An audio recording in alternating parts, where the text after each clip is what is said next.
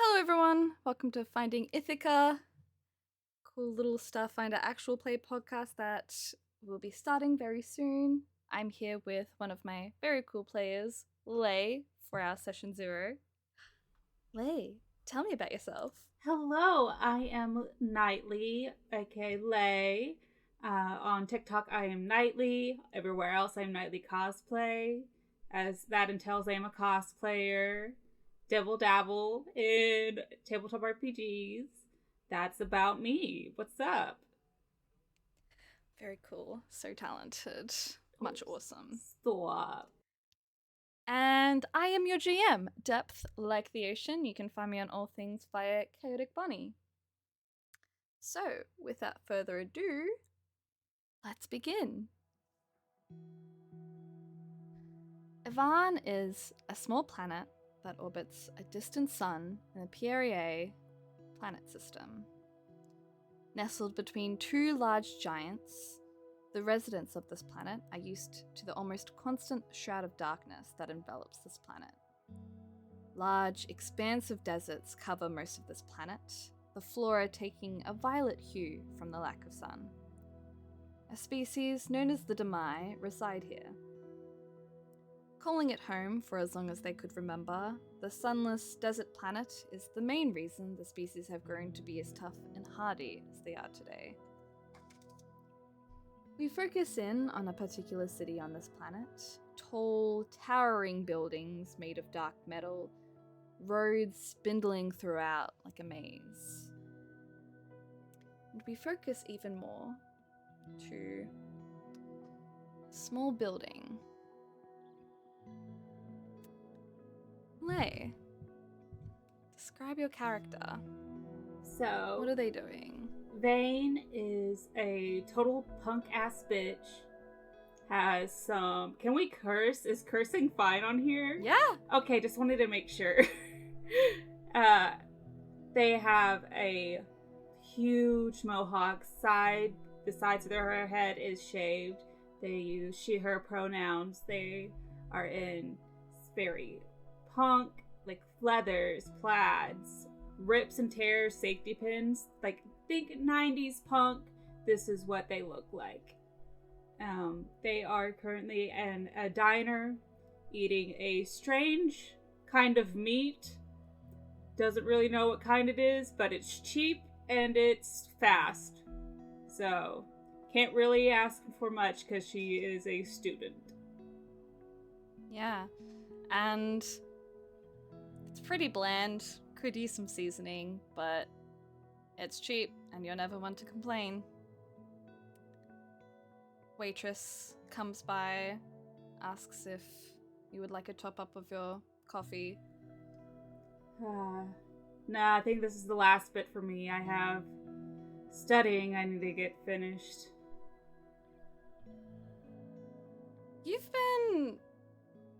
You haven't been here as often. You got some big exams coming up?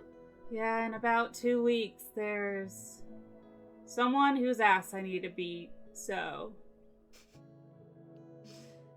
That's very good. Competition is always healthy, and I hope you beat him down. She moves on to the next customer. You head home, back to your small apartment, and study for days. It is a boring routine of studying, eating, and sleeping. The life of most students at the Witchwarper school right now. Not very many students, about a handful. It's a few days before the exam. Is there anything you would like to do? I would like to go to a thrift store and get some good luck new pants. Gonna rip them up, tatter them, put some safety pins on them. Really punk that shit up. Yeah, there is a few thrift stores here in the city. You've been here long enough where you know all the good ones are. Some of them source from other planets and manage to get clothing and goods from nearby planets, so they have more variety. And you exit the thrift store and turn onto the street and you see a very familiar person, one of your classmates. The one you were just talking about with the waitress, Sinica. Sinica is a lot more finely dressed, puts a lot of effort into their appearance. Ironed shirt, neat hemmed pants, hair is impeccable, styled to perfection. They're walking along with two others. You recognize them from when you were younger. They were also at the Witchwarper school, but they've since graduated and are becoming quite important members of society, and they are walking towards you. It's only a few seconds before Sinica is able to see you. Do you do anything? Puff up my chest and stand my ground. Very nice. Sinica sees you, and a menacing sneer encompasses their face. Vain! Look who it is! I've barely seen you around. Because I've actually been doing work and studying. Well, at least some of us need to study. Some of us just rely on raw talent. You had a different tone when Jethro was around. Jethro didn't know what they were talking about. They played favorites with you because you don't have talent. They're a shit teacher. They just wanted to play favorites so they could seem like a good teacher.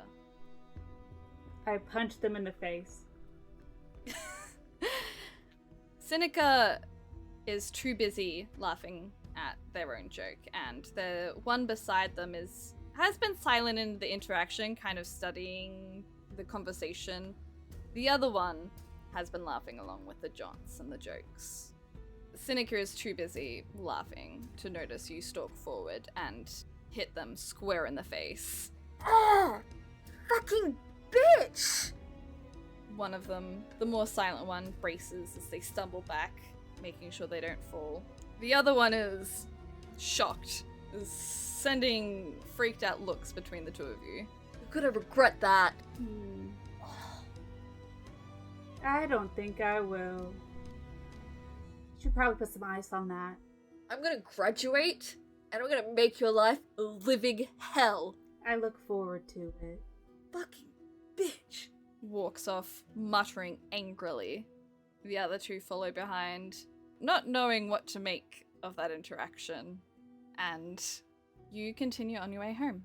The city is confusing.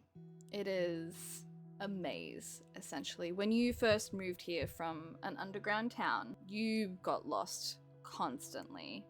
And after a few years, you've come to know your directions, and you can easily make your way around now, like the back of your hand. You are almost home. You are not even a block away when you hear the slide crash down an alley. What the fuck? You don't see anything. It's very dark. Ivaan has 14 hours of night, another 4 being very dim light from the very long sunrise and sunset. The Damai have evolved to see very well in the dark, and so lighting hasn't really become a priority in the city. So it is just dark silhouettes, but none of them seem out of place. They're all bins and piles of trash.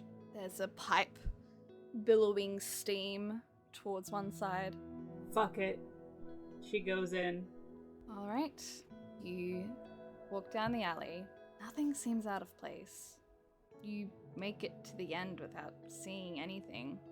It isn't until you turn around to walk back out of the alley that you see this small creature huddled by one of the big kind of dumpster bins in this alley, hiding, curled up, shivering. They're barely dressed in anything, and it gets quite cold on this planet with no real heat coming from the sun.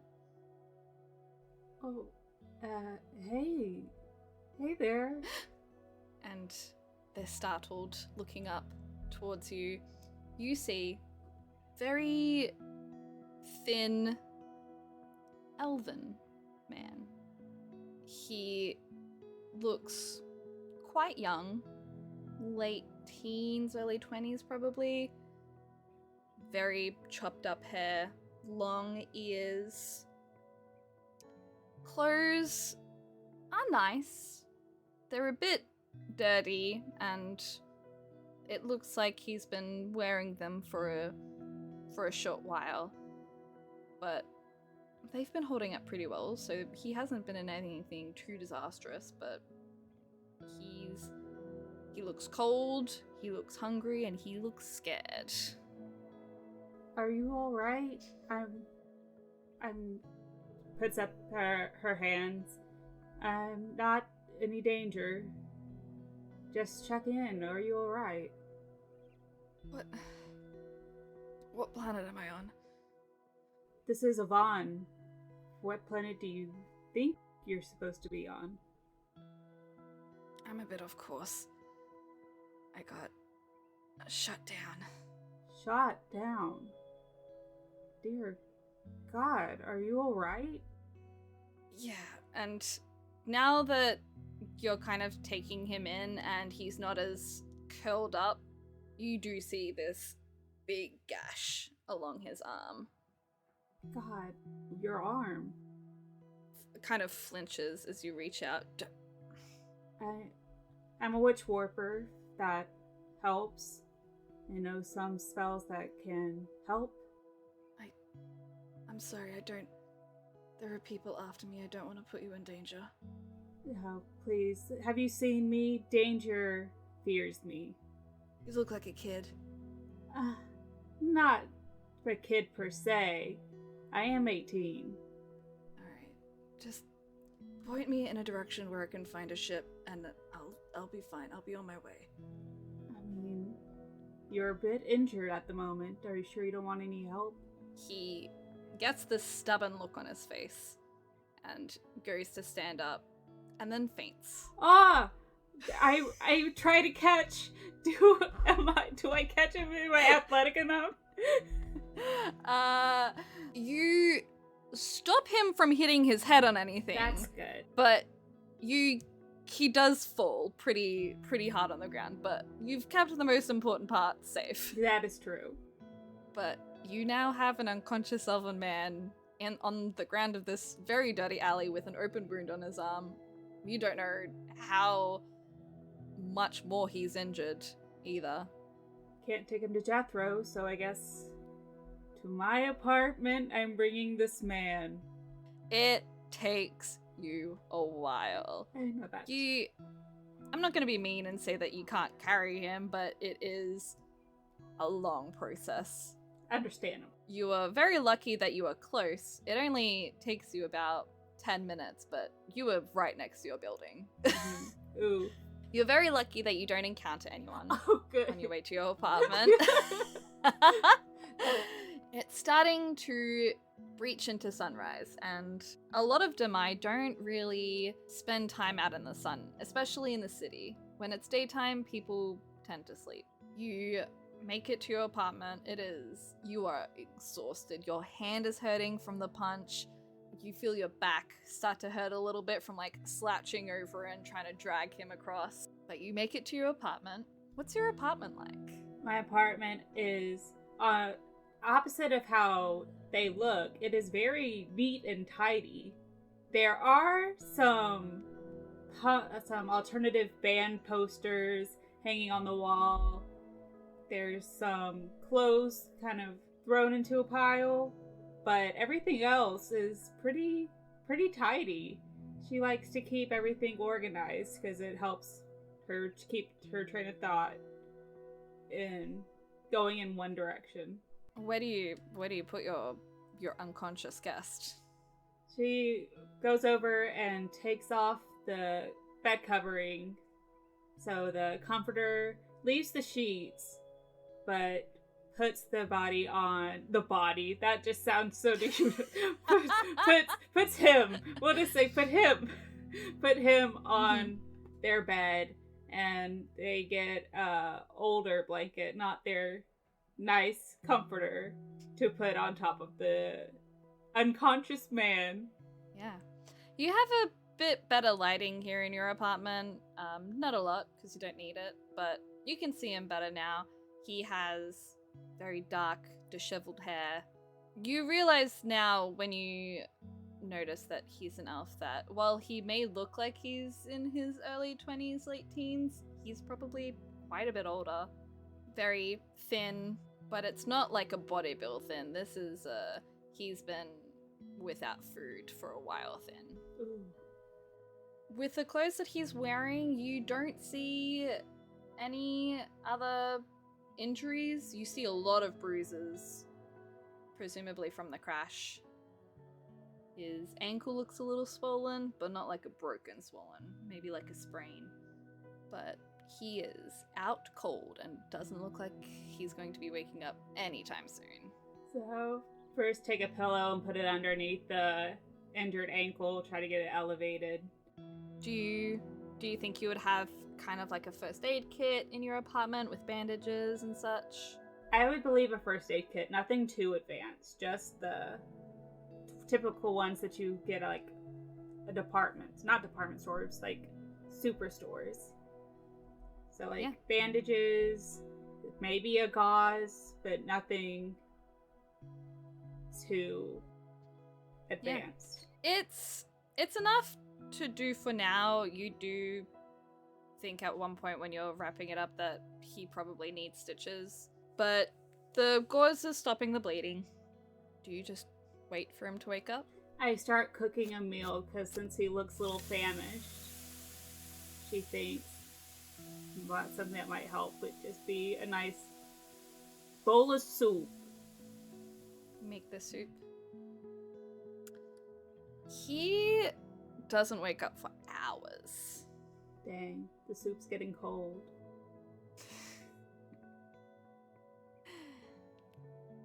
It's well into sunset again. I'm staying near him while reading one of my textbooks. You're reading a textbook when you finally start to hear him stir. He has been out like a log, hasn't even twitched, but you hear a groan and you look up to see him start to wake up and then kind of spots you. Where am I? You are in my room. More importantly, you need to eat this. And she gets up and hands him a bowl of soup. Looks at it for a very long moment, regarding it like it's poison. Understandable. Takes it slowly, watching you the entire time. Takes a bite. And it's very much like an instant of someone just not realizing how hungry they are until they have food in front of them and then just starts like scoffing it down. Yeah. Slow down, you don't want to choke on it. I don't know the Heimlich. Slows down a little bit. Okay. That make you feel better? Thanks. It's no problem, you kind of just fell on me. It's the least I can do. Well, I thank you for your hospitality, but I really should get... tries to stand again. Listen, last time you tried to do that, you passed out. So let's think about this. Is this the best thing to do right now? Very reluctantly sits back down on the bed. That's what I thought. So, you might need stitches on the arm, and looks like your ankle is a little bit sprained. And you're heavily bruised. So, is this all from the crash that you were telling me about, or is it something else? Yeah, I crashed real bad. Someone was after me, so tried to be smart about it, ended up being stupid. Yeah, I know how that is. I kind of punched somebody today. Was that the smartest thing to do? Probably not, but It was the instant that I was living in. My hand still hurts. He kind of lets out a very soft, amused snort. You said I was on Ivaan? Mm-hmm. You see him kind of think to himself for a moment, and he glances down at his hand. Very subtly. And you weren't really paying attention to his hand because there's a huge gash in his arm and you were more focused on keeping the bleeding. Mm-hmm. But it is at that moment that you recognize that he has a set of coordinates on the back of his hand. Huh. Very similar tattoo to someone you met a few years ago. I recognize that your hand. Glances down at it, then back at you, becoming guarded right away again, just to how he was back in the alley. Yeah, and? Well, I'm guessing that the crash has something to do with your hand. Some similar situation happened to the person I met years ago. Val. Val was their name. Don't know a Val, but I just came back from a checkpoint.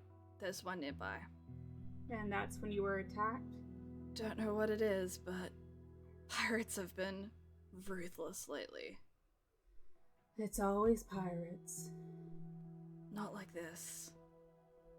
They've been a nuisance at best. Always wanting to find Ithaca, always wanting the Ley. They've been coordinated.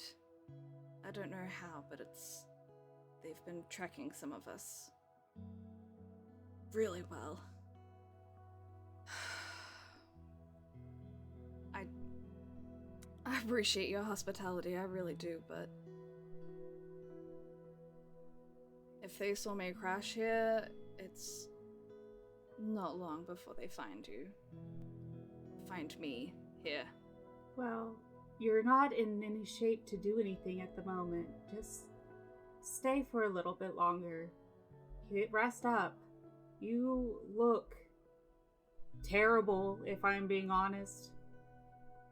And I understand the fear that you feel, but you're in no shape to do anything. If you ran into them, you would pass out again.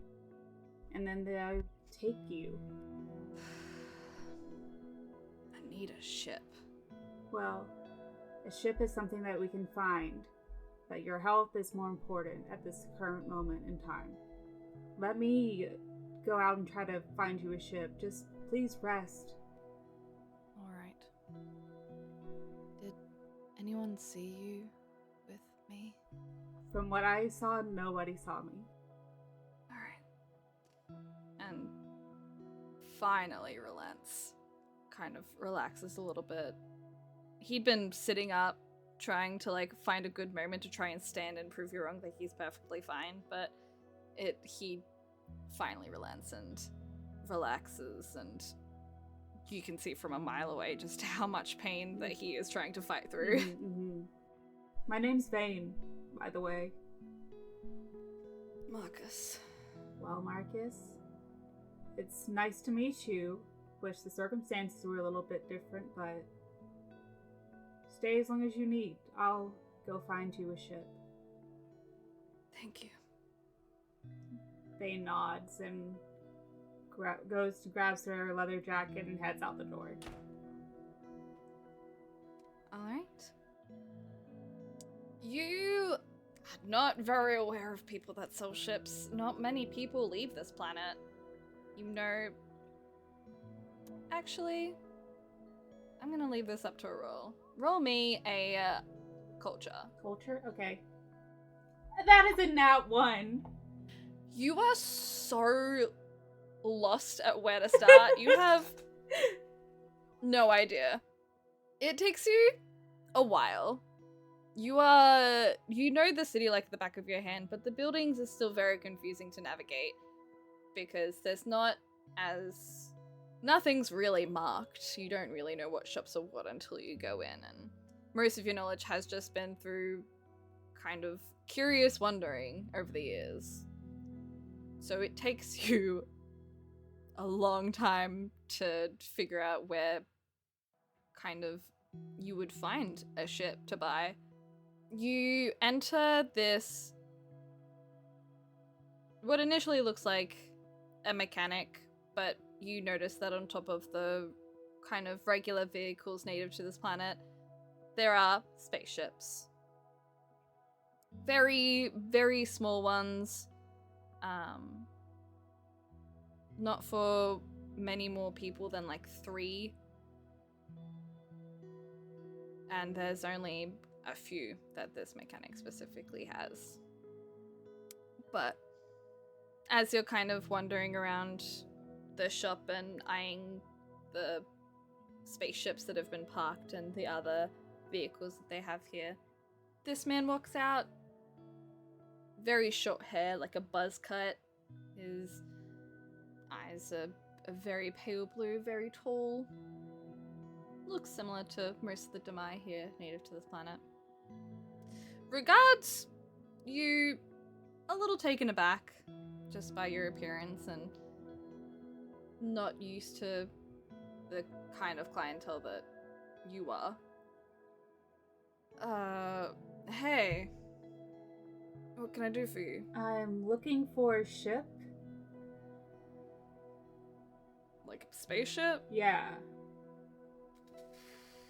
I don't have much. I just have a few passion projects. Not very fast, but they can travel. That's what I'm looking for. Well, I was hoping one would be a little bit fast, but you know, working works just fine too.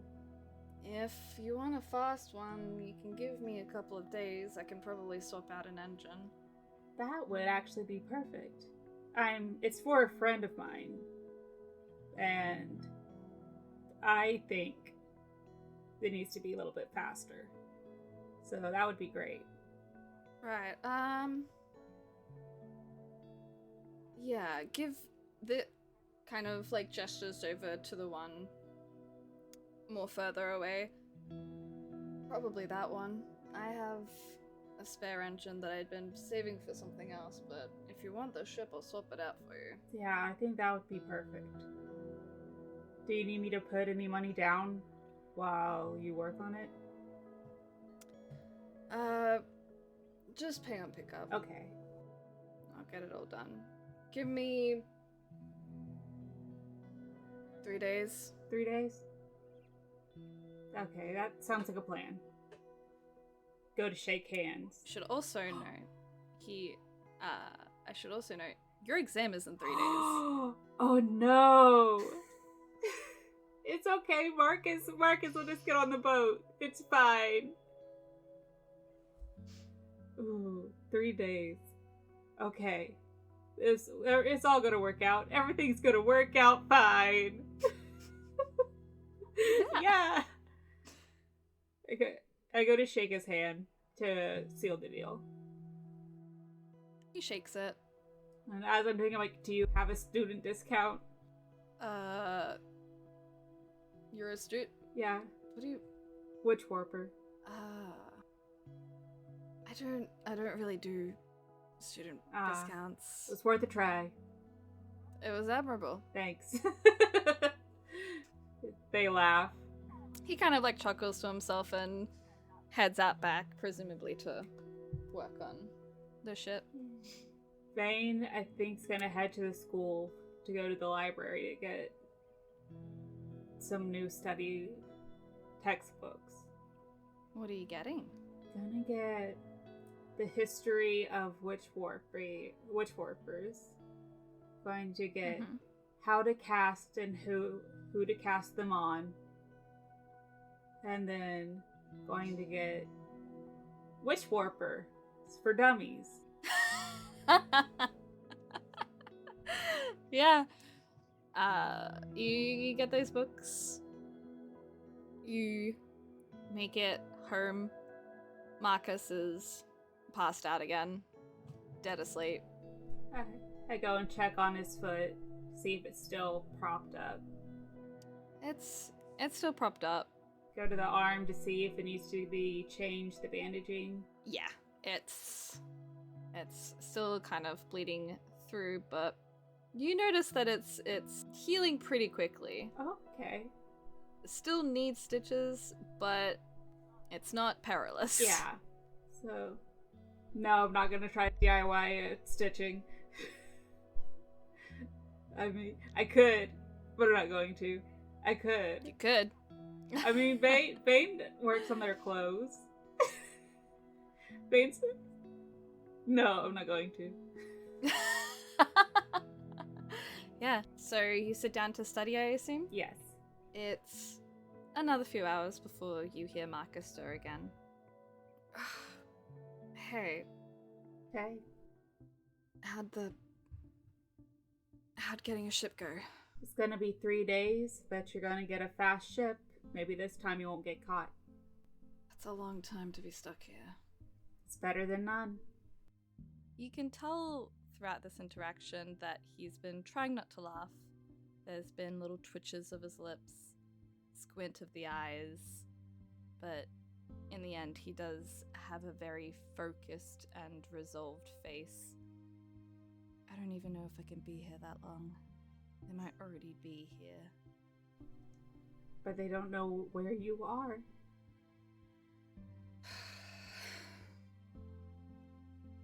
Guess it's 3 days then. 3 days. Do you want some more soup? Please. Okay.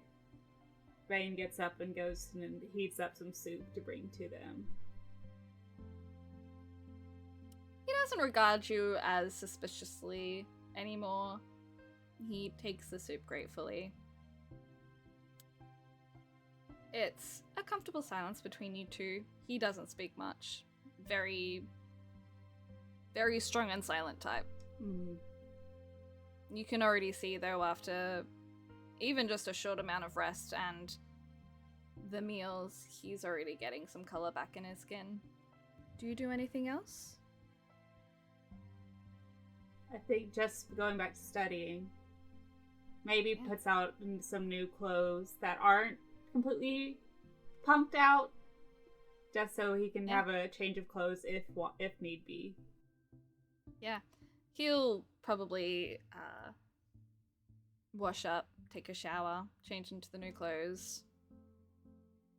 He is in the bathroom for a short bit and asks you for a thread and needle.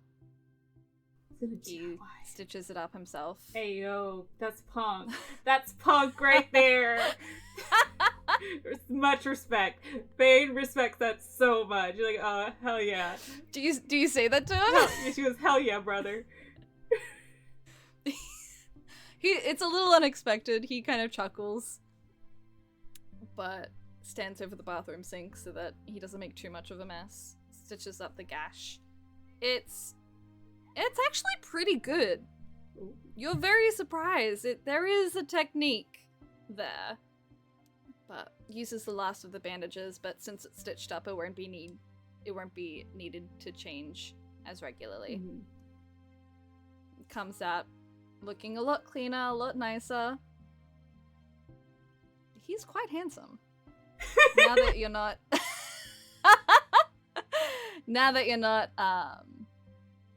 kind of freaking out about this injured man that was in an alley. But over the next 3 days, is there anything out of habit that you do? Studying and keeping the room as tidy as they can with the new roommate. Yeah.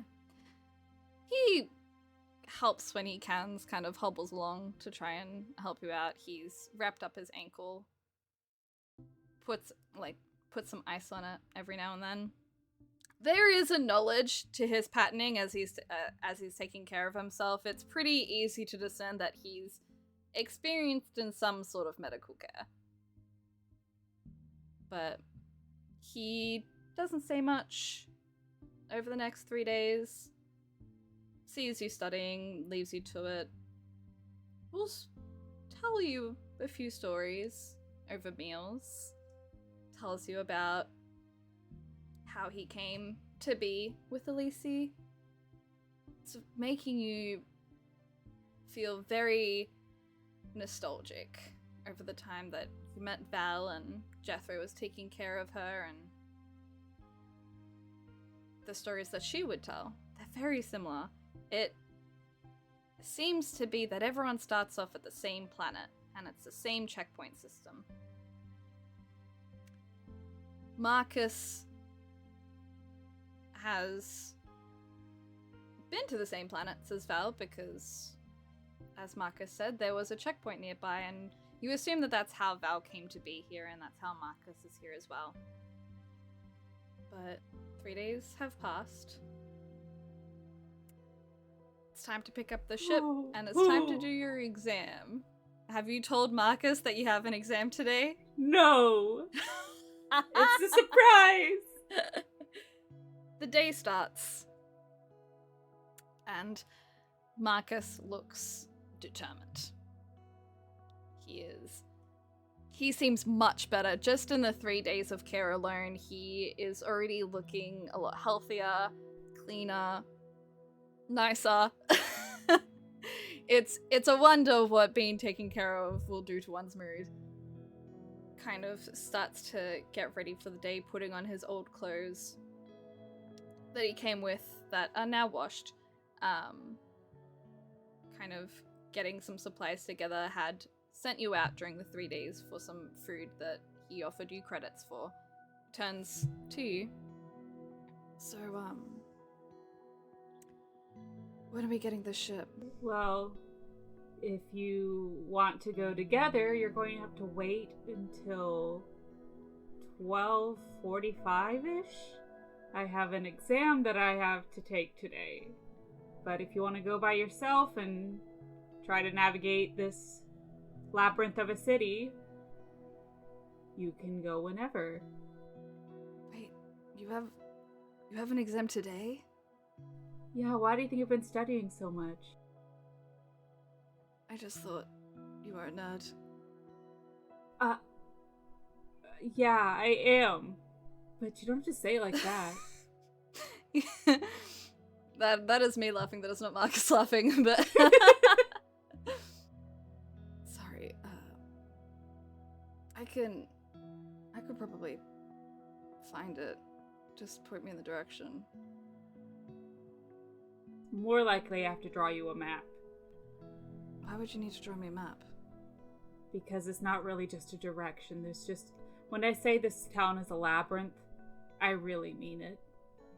I've lived here for 6 years, and although I know like the back of my hand, sometimes it gets a little twisted. Alright then, draw me a map. Draws out a map, and instead of saying street names, it's just locations. So it's going to be like, you're going to take a left at the giant tree, and then you're going to take a right at the round building, but not the oval building, the round building. He looks so confused the entire time, but refuses to say a single thing. Oh, Marcus. That's how she draws out the map. Alright, yeah. Thanks. No problem. I guess this is goodbye then. I mean, maybe not goodbye. Maybe see you later. Maybe. Thank you for your hospitality. Again, like I said, it's the least I could do.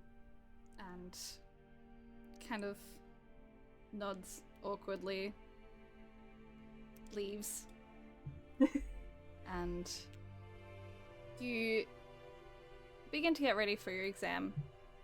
As you're leaving, you don't even make it a block before you see Marcus running back towards you. Oh no. He is kind of he's not like running, but he is keeping a brisk pace as he spots you and wordlessly grabs your arm and starts dragging you back into the building. We're in trouble. We're in trouble. Is it the pirates? Yeah, I saw them. They're canvassing all the buildings. You know what we can do? We can punk you up. What?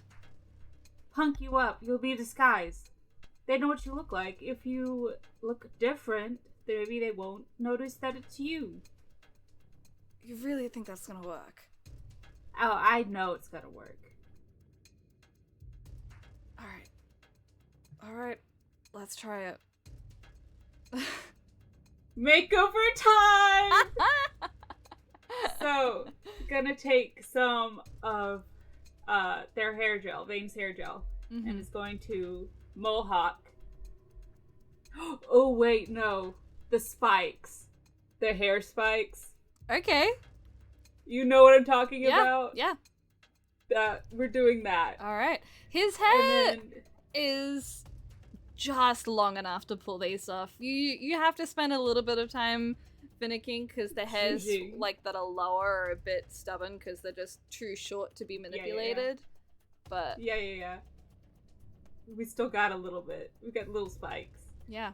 And then going to grab some of their clothes, so like probably like some jeans with like a skirt layered over them with like a leather vest and a t-shirt that's kind of just tattered and like has graffiti all over it, and just gonna put that on them.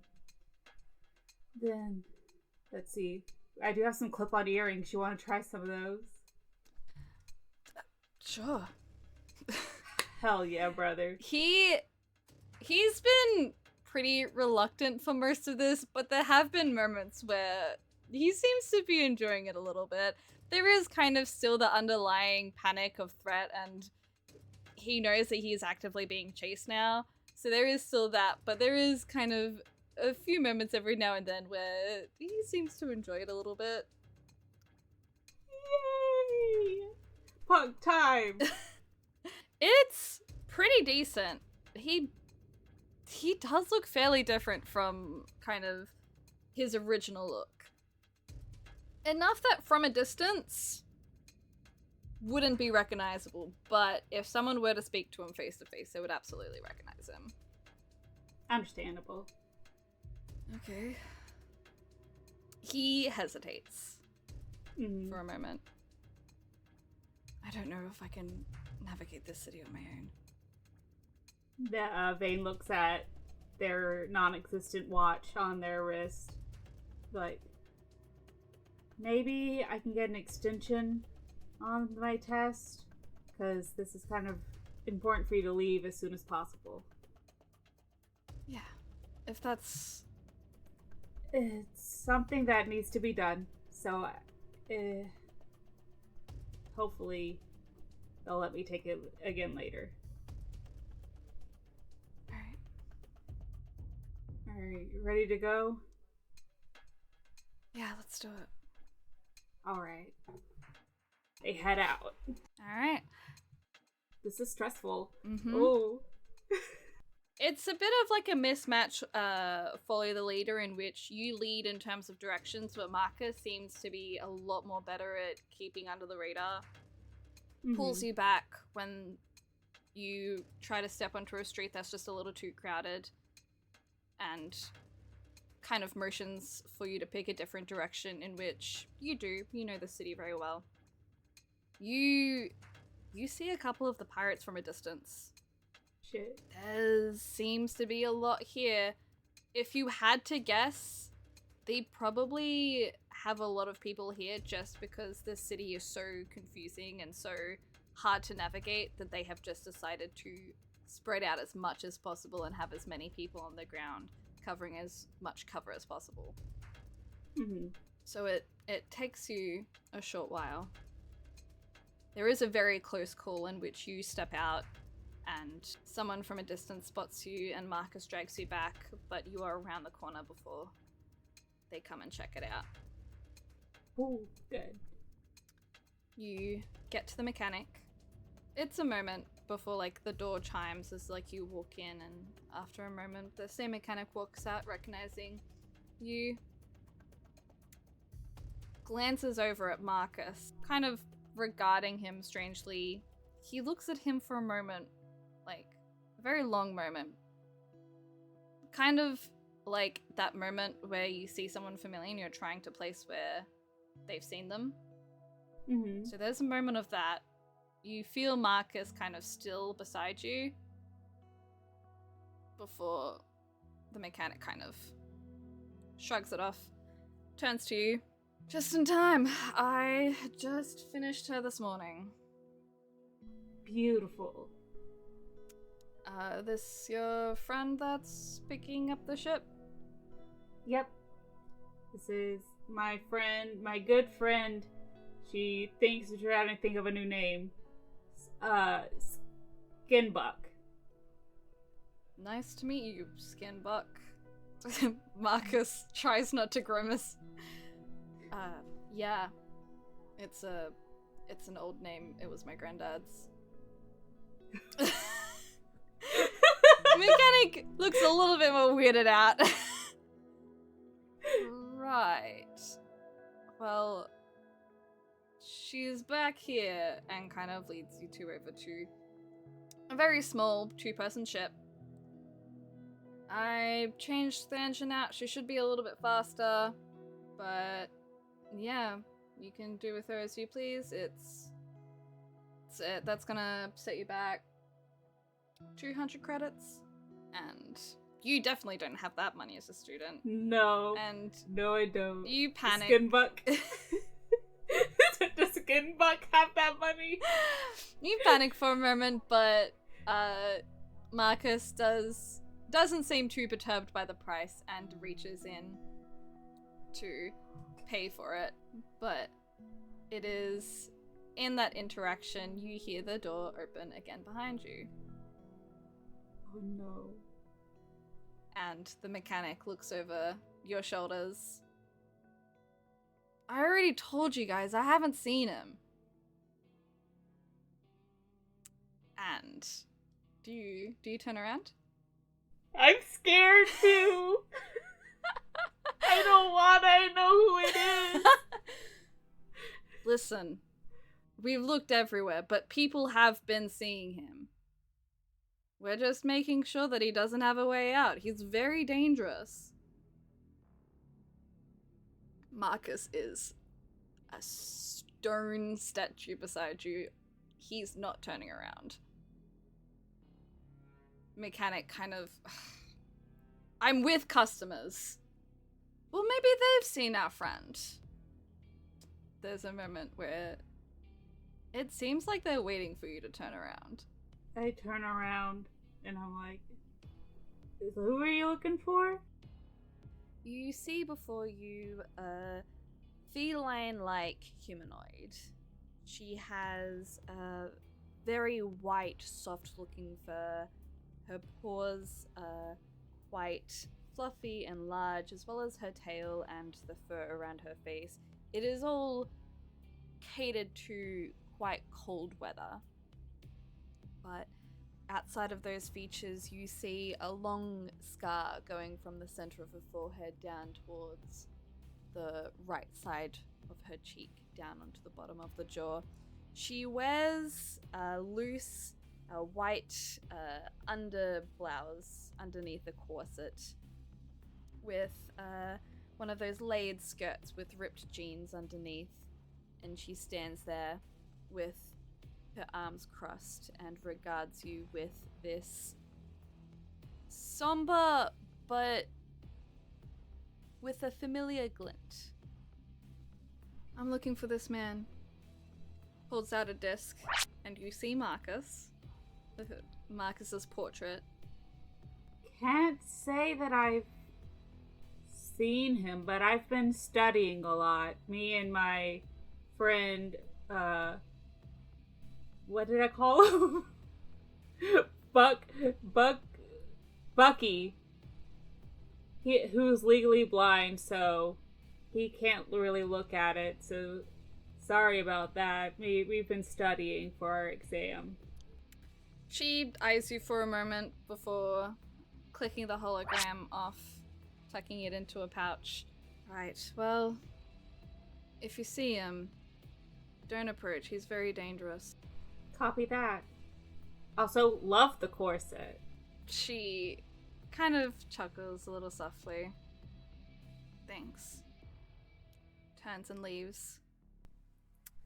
And the mechanic glances over the two of you. I'm sorry about that. They got here yesterday and they have been pestering everyone. It's been annoying. I bet. Especially because they're not even paying customers. They just come in here expecting you to help them do something that's just like totally beyond your pay grade. Yeah. So. Anyway, she's all yours. Kind of hands over the keys. Marcus catches them midair. And the mechanic hesitates. I thought you said your friend was blind. Legally. Right. Kind of turns, goes back out. I think it's time to go. Yeah, we need to go. And you both make your way to the ship. There's a moment where he hesitates before getting on the ship. And turns to you. I don't want to ask this, but do you want it? And you know exactly what he's talking about. I have an exam. It has been pretty fun hanging out with you. And maybe where you're going, there's somebody who I'm looking for, might be. So, maybe the exam can wait a little bit longer?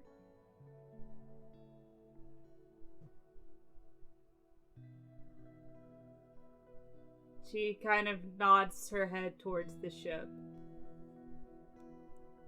Pirates are everywhere now. It'll be dangerous, but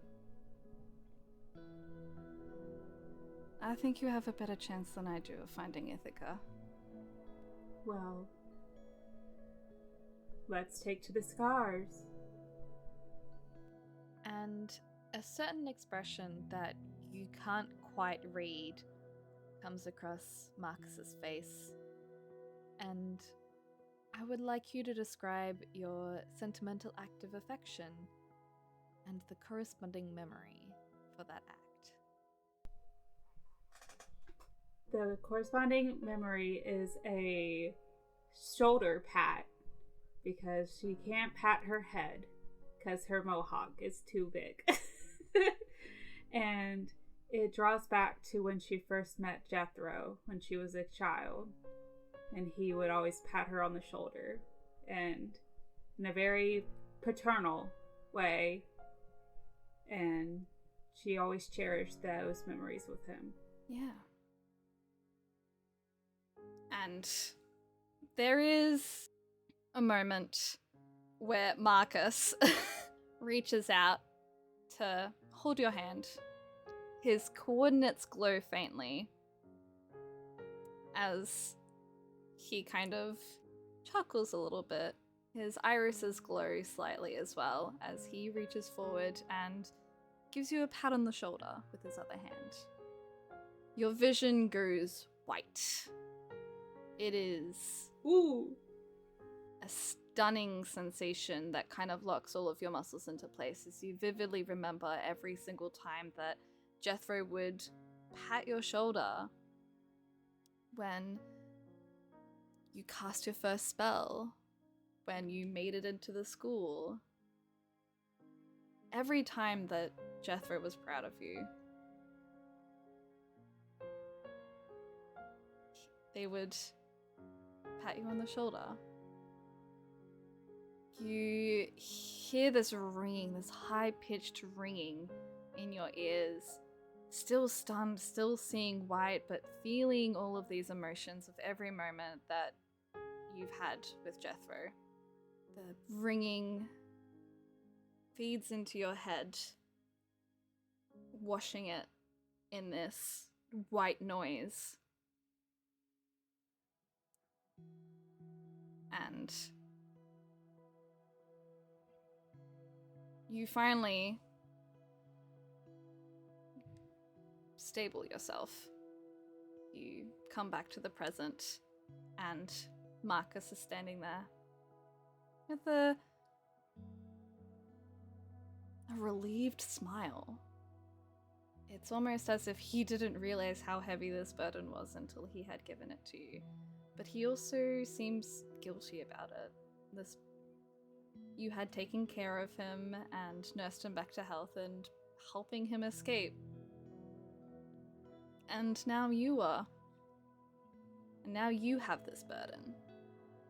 His other hand that's on your shoulder reaches down and grabs your other hand.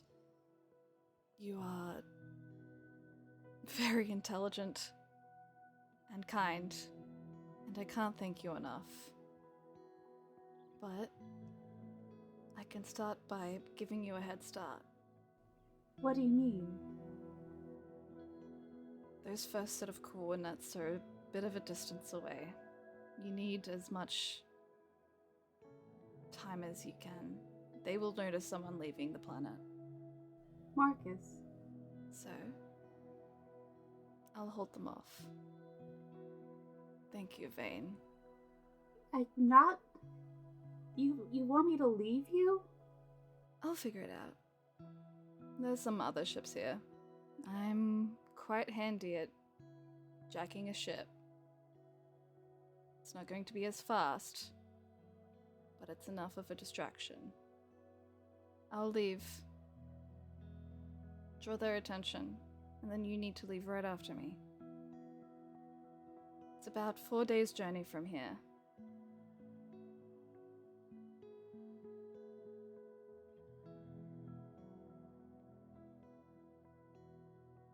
Will I ever see you again? I hope so. I don't. You I want to see you again. Some word of advice: find some allies. They are few and far between, but very, very important in helping you. And we'll give you a kiss on the cheek. And walk over to one of the more slower ships that the mechanic had talked about, opening it, and starts trying to jack it. There's a bit of a commotion as you get into your respective ship. You haven't flown a ship before, No. but this one, as you sit down, is a little intuitive. It's a lot of the controls are labeled. You can kind of figure it out. And a lot of the smaller ships are kind of easier to fly for beginners. Okay, good. So you kind of freak out for a moment, but as you're kind of looking over everything and looking over the controls, you start to piece together the puzzle. You're intelligent enough, you can figure it out.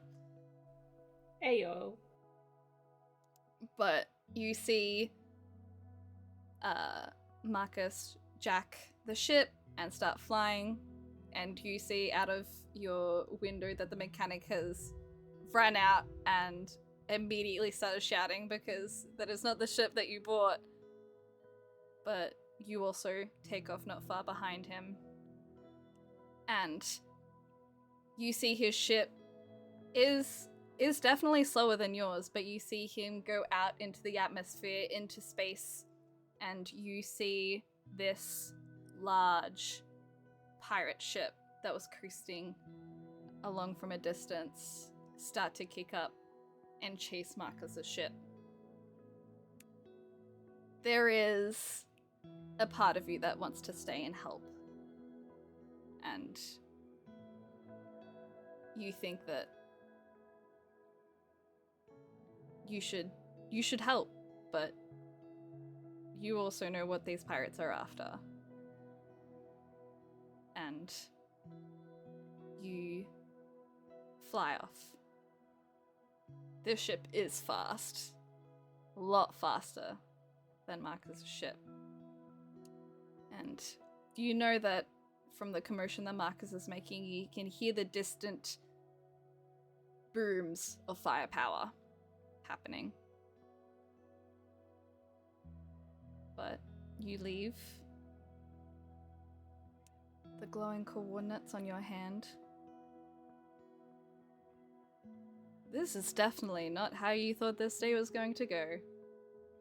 No, very much not. And you think back to your exam. The table that is empty, with an empty exam paper on it.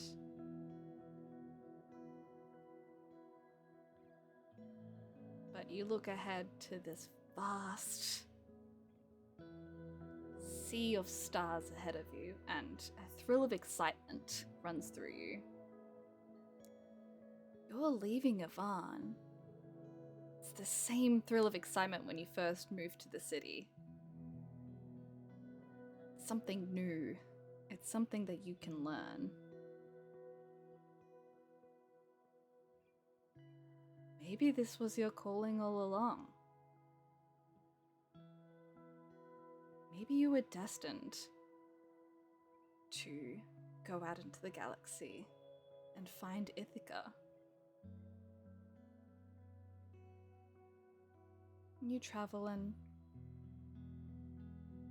you hope that you see Marcus again.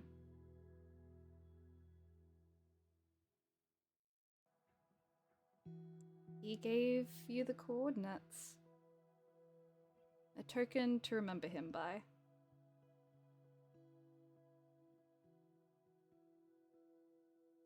And that's where we're going to end the session. It's so good! Yeah! Alright.